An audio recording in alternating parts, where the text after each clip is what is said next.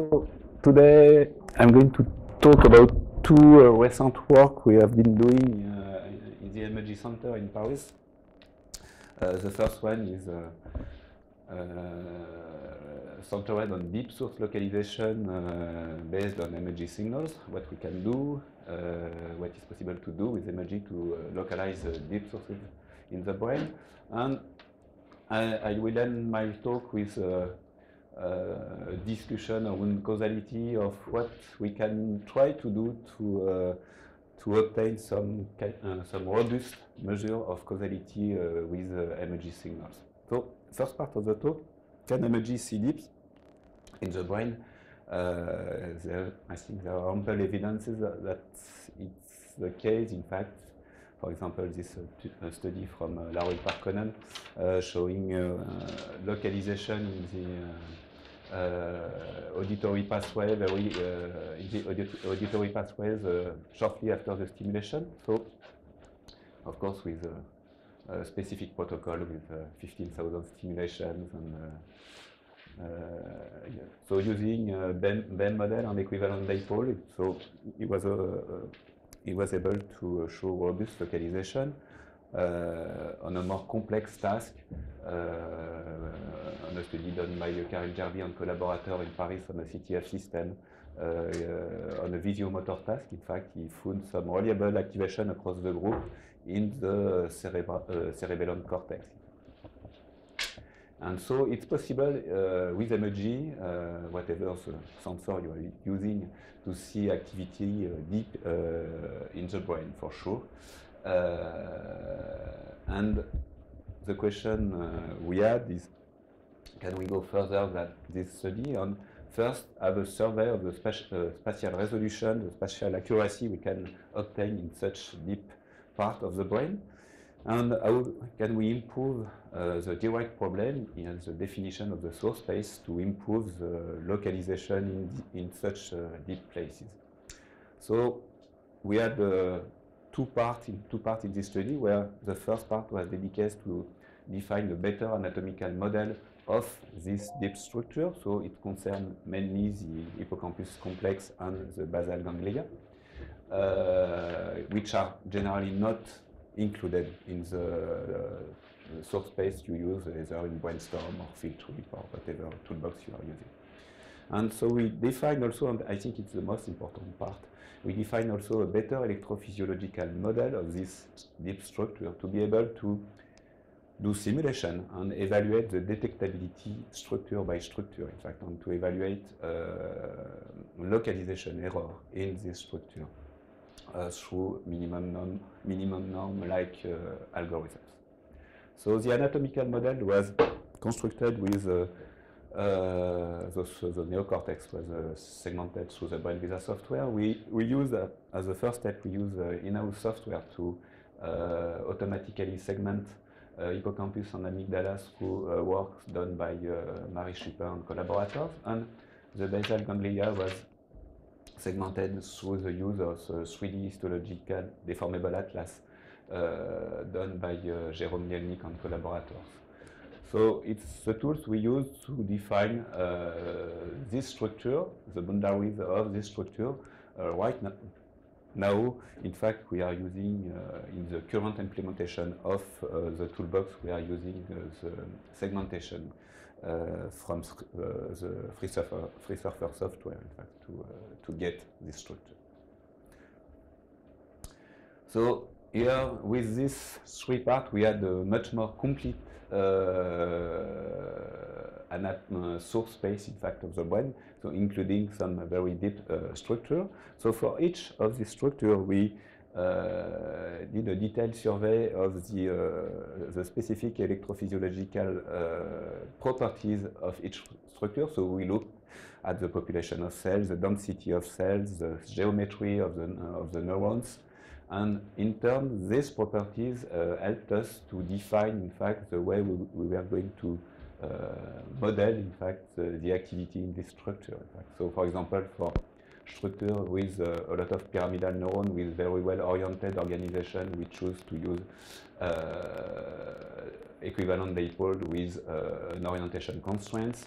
and for other structure like the thalamus, where there is no clear organization, special organization of the neuron, we choose random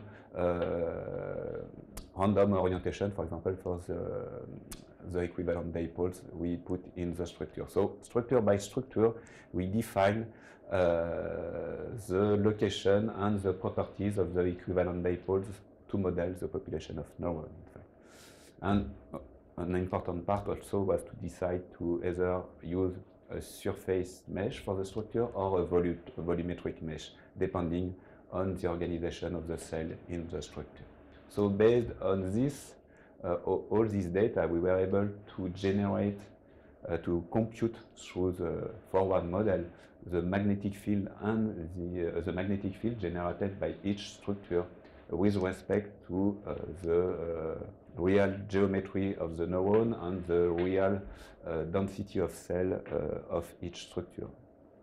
Through this, we were able to so compute the magnetic field intensity for each structure and to construct field distribution. For example, here you have the field generated here by the hippocampus after the cortex here, in green the amygdala, and in blue here the thalamus. And we computed the MEG sensitivity distribution, which is closely linked, which is the contribution of each structure to the sensor signals. And you can see the main conclusion here was that the hippocampus complex with the amygdala was very detectable, in fact, because the magnetic field generated by this structure was quite strong, because in fact the cell density in the amygdala and the hippocampus is quite large, and so the magnetic field generated compensates a little bit the distance, the increased distance to the sensor. So for each structure, moreover, for each structure we had some kind of map showing on the structure which part of the structure is contributing the more to the signals at the surface. All this work was published in last year in a paper by Johan Natal and collaborators.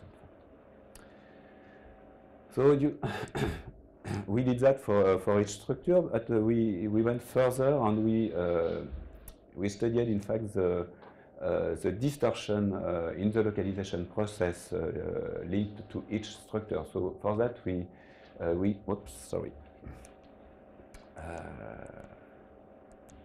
we used the resolution matrix, in fact, which is a matrix computed from the inverse operator, for example, the minimum norm weighted minimum norm operator, and we can compute from this structure, for example, the point swift function, which is going to show you how an activity on a structure, for example, the hippocampus here, is going to spread on other part of the brain, in fact.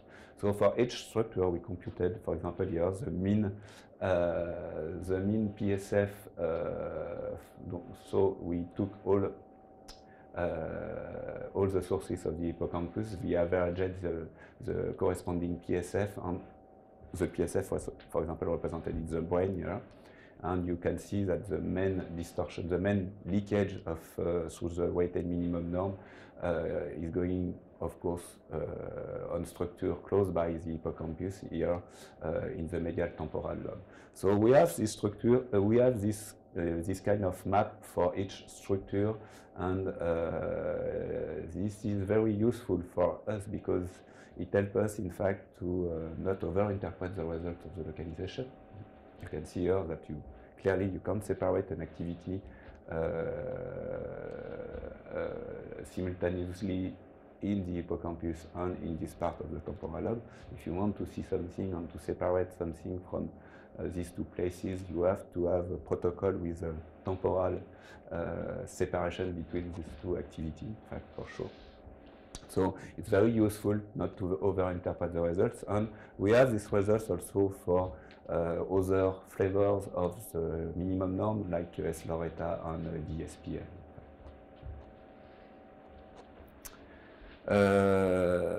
So basically, we use, in fact, dSPM, the weighted minimum norm, and to evaluate some kind of theoretical localization error by activating either only one activity in, for example, the hippocampus, and trying to localize this activity, or simulating a magnetic field with both an activation in the occipital cortex and in a deep structure, with a variable temporal separation between the two activations.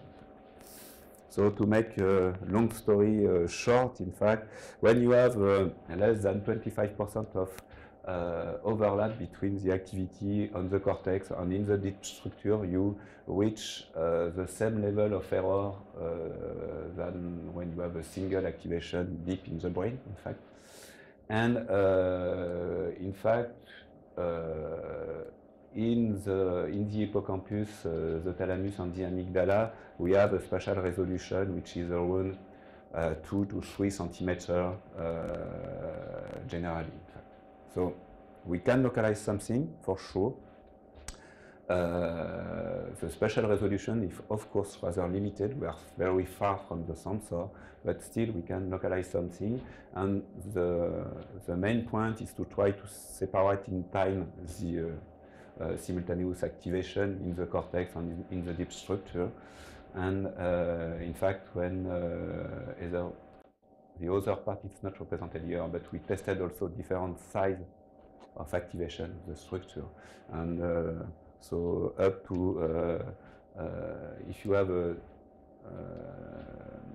activity with a larger size, of course, in most of the structure is going to give you more magnetic field at the surface, so the localization will be better. But basically, practically, in fact, in the thalamus, for example, you will see some results. It means that you can say, yes, I have an activity in the thalamus, or no, I have no activity in the thalamus, but you can't say in which part of the thalamus is going to be it. Okay, you can't separate. It's not the same thing in the hippocampus. In the hippocampus, it's quite sure that you can do the difference between the anterior part and the posterior part. Okay, so that is sure. And here you can see that we have still, we have a quite, I will talk about that in the conclusion, but we have still a quite crude simulation model, geometrical model of the hippocampus, because all the segmentation here were done on a 3D scanner. On the 3D scanner, you can't have a nice description of the inner geometry of the hippocampus. So the whole thing here, what we call the DBA toolbox, is implemented in Brainstorm, in the current version of Brainstorm, in fact. And Natalie was one of the first in using the toolbox in a very early version, in fact. And she will talk about that later, but they were able to demonstrate, to show some modulation in the amygdala in a protocol including gaze and facial emotion, in fact. And you had specifically a modulation in the amygdala and not in the other part of the cortex at the proximity, in fact. And another example of what we have done, so with Jonathan, my postdoc, who was developing this toolbox, we knew that the thalamus will be really challenging, in fact, because it's very deep. The cell density is less than the other structure. So we tried a very simple protocol to see if we were able to specifically localize something in the thalamus. So we took 7 subjects on our CTF system, 5 minutes eye open, 5 minutes eye close. We filter in the alpha band, and we studied the contrast between in the alpha band between the condition eye closed and eye open. And so we used our toolbox, and we, of course, we have a nice, across the group, we have a nice activation in the occipito-parietal cortex, but also we found some specific activation in both thalami, in fact. Of course, we had a lot of power of signals, and it's a very simple protocol, but at least statistically we were able to find something significant in this protocol. And the question we had here, to make the transition with the second part of my talk, is we can localize something, we can show something, and does the temporal information I get on this localization, the time course of activation I get from this structure is accurate enough to compute some kind of advanced method. So, for example, can we find some kind of statistically significant causality on the thalamocortical loop based on these signals, in fact. So we did with Angie Fazula, who was working on our causality toolbox, some a study of based on this localization. So we define for its based on the group results. We define region of interest for each subject. From this region of interest, we extracted the time course of activation during the 5 minutes eye open and the 5 minutes eye closed, and we tried to do a measure of causality subject by subject, and to see if we had something significant across the group of 7 subjects. And so we tried a lot of measure of causality. I'm not going to do to describe that in detail right now, but using direct coherence here, which in fact as the main point correct for the variance of the signals I teach of the node of the network. So you have a correction of the noise level at each node of the network. We were able to describe some kind of reliable connectivity and causal connectivity between both cortices and both thalami. In fact, only here on this matrix, so you have the link, and in fact, we just to do some kind of statistic, we counted subject by subject the number of significant causal relationship we had. So, for example, from the right cortex to the left cortex here, 7 subjects showed this link, in fact. So across the population, we were able to show a somewhat reliable link between this cortical structure and subcortical structure. It means that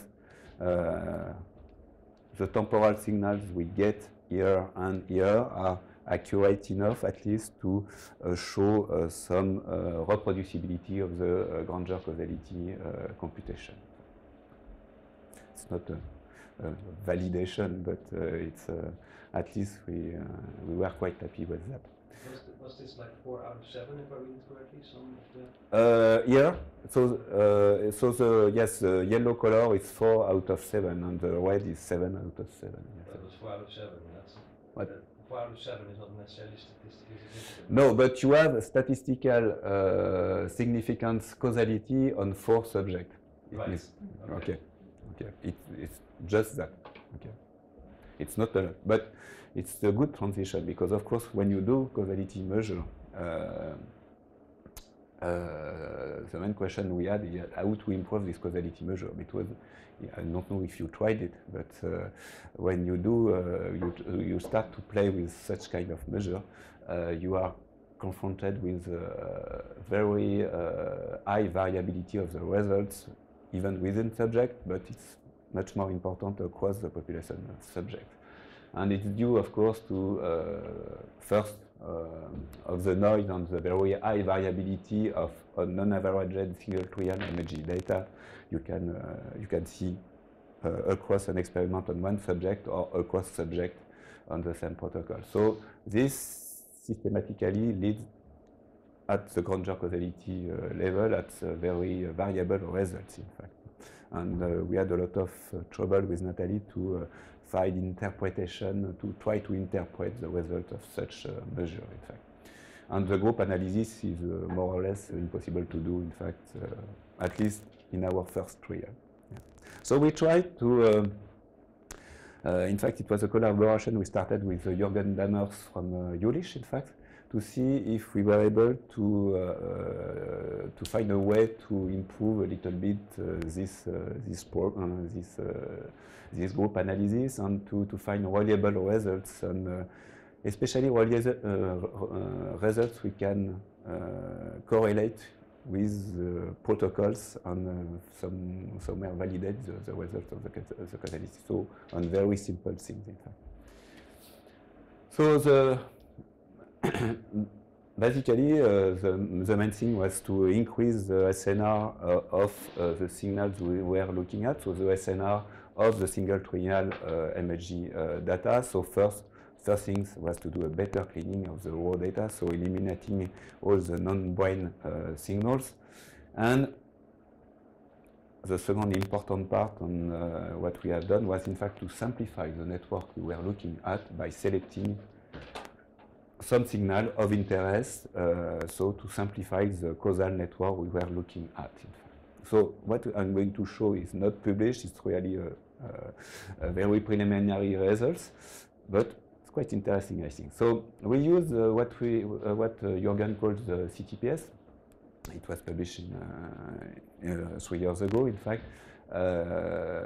So which is based on ICA and the detection on a cross-trial phase-locked activity. So the basis of this method, which you can apply to artifact detection or SNR improvement, is to do an ICA decomposition and to look at component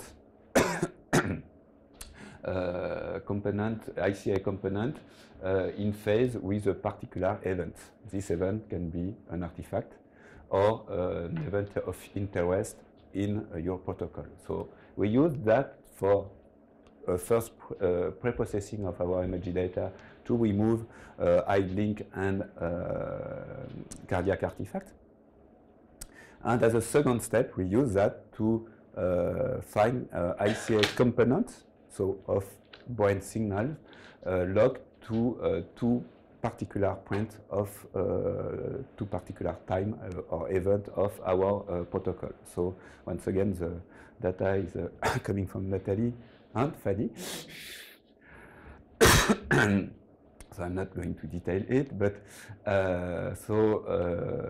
here is the protocol. You have a neutral phase on the screen. At one point in time, the phase change with a change in expression and gaze direction.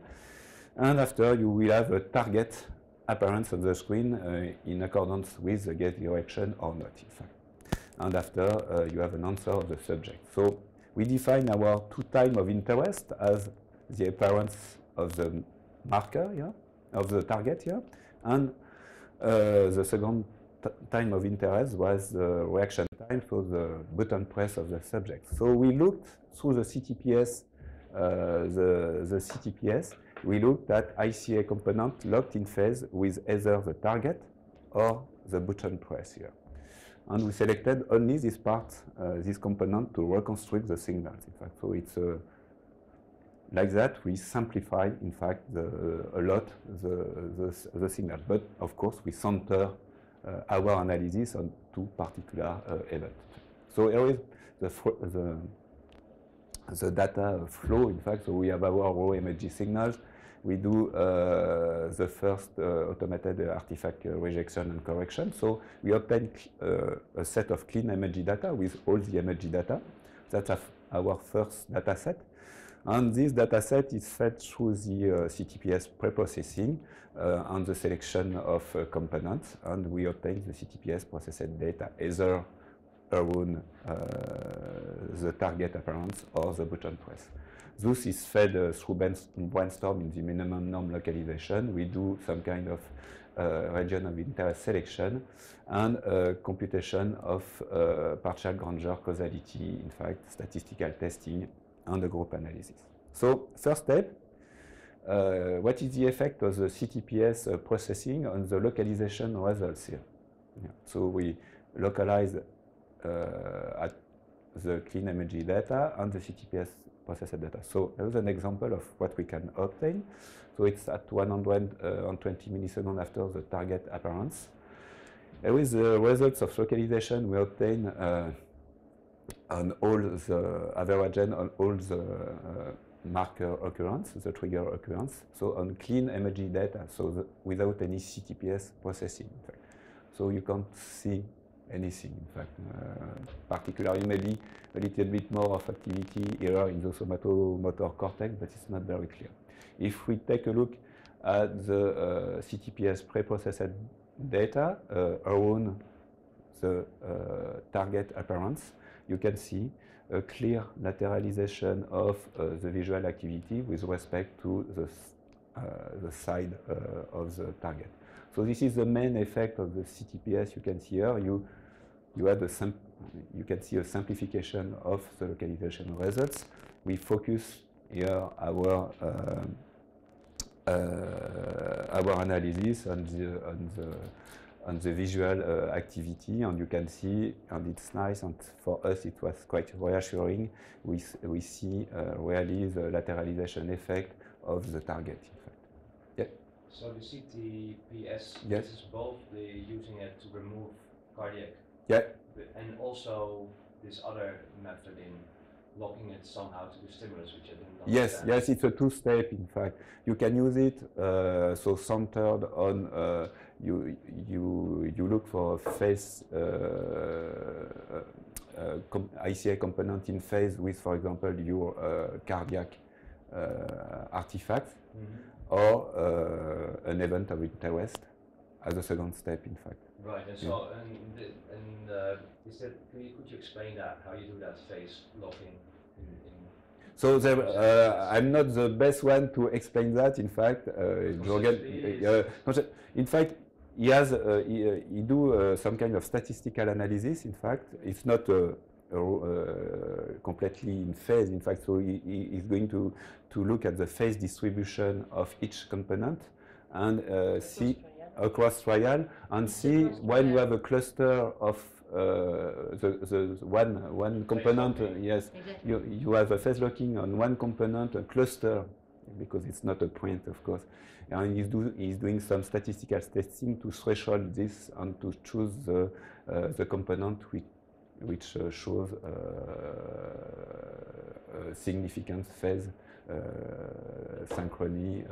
And so the only step to change that into the ECG detection is to detect the ECG peaks or something like that. Yes, use those as you do. Yes. As your component that you're going to subtract for your data. Either you have your ECG, and cross-trial you examine the phase, you do an ICA decomposition, you look at the phase of the IC component with respect to the detected ECG. Yeah, which you just do a threshold detection or something. Yeah, well, yes. This is where there is a, he does some clustering analysis to make some statistics on the distribution of phase and allow for a certain jitter. But then you can play around with this, basically be more harsh or less harsh in your number of components you remove. And then from the point of view of artifact correction, you remove those components. Then if you are in a phase where you want to kind of concentrate your analysis on some signal of interest, you do the same, but now you do your IC decomposition and you look at the components that are in phase with an event of interest. Like, for example, target occurrence. And what you see is that you have some components that are completely jittered with respect to this, and you have some components that are from one triangle to the next. You can see that there is a phase alignment. Again, at some thresholds that you can, you can keep more or less components depending on the threshold you set up for classifying your component as phase locked to your event of interest. And the point is, the other component you remove now, you reduce greatly the dimensionality of your data, but by doing this, you kind of separate the components, for example, in relation with the target, or the motor. On the next slide, the motor response. Yes, I have not the motor response. And then you can do the same with the motor response. You can see the motor response here, but it's always on the same side. You will get more. But you will see on the causality result is quite striking the effect of the selection. In fact, so we based on the localization result. In fact, we choose some. Region of interest, so one in the left occipital cortex, one in the right, one in the left somatomotor cortex, and one in the cerebellum, but it's not really we have to discuss that again. So we we extracted the time course of activation of each of these regions of interest, and we fed that in a partial Granger causality analysis. So we are not going to detail all the results, but I'm going to show you the main results. First, when we did the Granger causality and the partial Granger causality analysis on the whole MEG signal, clean MEG signal, but without CTPS preprocessing, the only thing which was showing a little bit in our population of only 5 subjects was a link between, for example, here the right occipital cortex and the somatomotor cortex here. And it was not very reliable because we had only maybe 1 or 2 subjects showing this significant relationship. You can see just by looking at the color that when we use CTPS processed data, either around the target or around the button press, that we obtain much more significant causality link across our population. In fact, for example, here, most of the subjects shows a link here between both occipital cortex and the somatomotor cortex and the occipital cortex here. So it was quite nice first to show that whatever the link is, we obtain much more reliable data, at least across the group, in fact. Did you use this clean data or this different ways of cleaning data for both the seeds? That's the whole data. To define the seed? Yeah. To define the seed, in fact, no, we focused on the CTPS processed data, an average version of all the CTPS processed data, in fact. But I agree with, it's a main point of discussion, because when doing causality analysis, I think from my point of view, one of the main steps, which is not solved right now, is to choose the region of interest, the nodes of the network. And that is very difficult and always a point of discussion. And it's not solved here, for sure. So I'm going to end, I'm going to show you some kind of synthetic results of the previous figure. So here we just represent by a sphere, the size of the sphere is represented the intensity of the flow of information at one point, so across the population. So we represented here either the outflow of information or the inflow of information for example, here the CTPS processed data around the button press in the theta band. Okay. So you can see that the main outflow of information, if the target is on the right, or if the target is on the left, is in the somatomotor cortex, in fact. So the information is coming from here, in fact, in our population of subjects, in fact. And after, if the target is on the right here, the main inflow of information in the left occipital cortex, and in the right occipital cortex, if the target is on the left here. So these results, we were quite happy with these results because it was, I think, the first causality results which was following more or less something in the stimulation protocol and following, for example, the target here. Yeah. So we knew that here we had at least something to correlate with at the experimental level, in fact. So the picture is more or less the inverse for the alpha band, in fact. So this is a work in progress. We have to confirm that on the whole population of 16 subjects. We are working on that right now. We hope that we are going to succeed. But so yes, it's possible to improve the Granger causality through the localization results, and we were able to identify weak but synchronized activity which is missed in the standard analysis, and we have a clear enhancement of the significant level of the causal measure, in fact, provided here by the partial Granger causality, in fact. And in fact, we obtain that because what I said at the beginning, we are looking at the simplified version of the network. In fact, we are focusing our attention on a part of the network. So to conclude, so deep brain activation, yes, I am quite sure it can be done. I think our model can benefit to other localization approach, of course.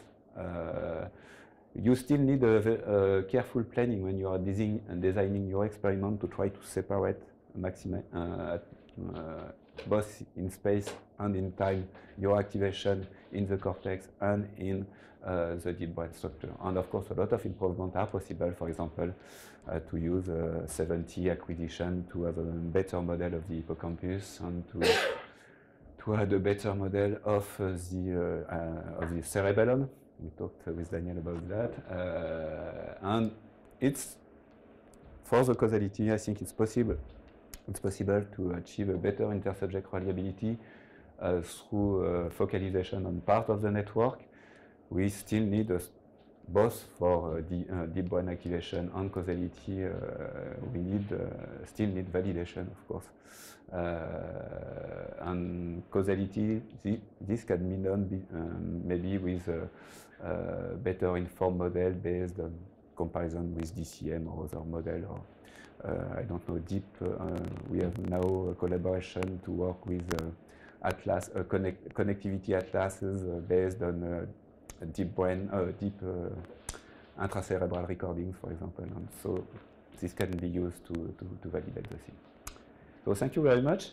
And I want to thank, of course, all my colleagues, especially the MEG-EEG team, Johan, Nathan, and Angie Fazula, my postdoc, Nathalie, of course, and Jürgen Dammers from Jülich University for all the work about the causality on the CTPS. Thank you very much.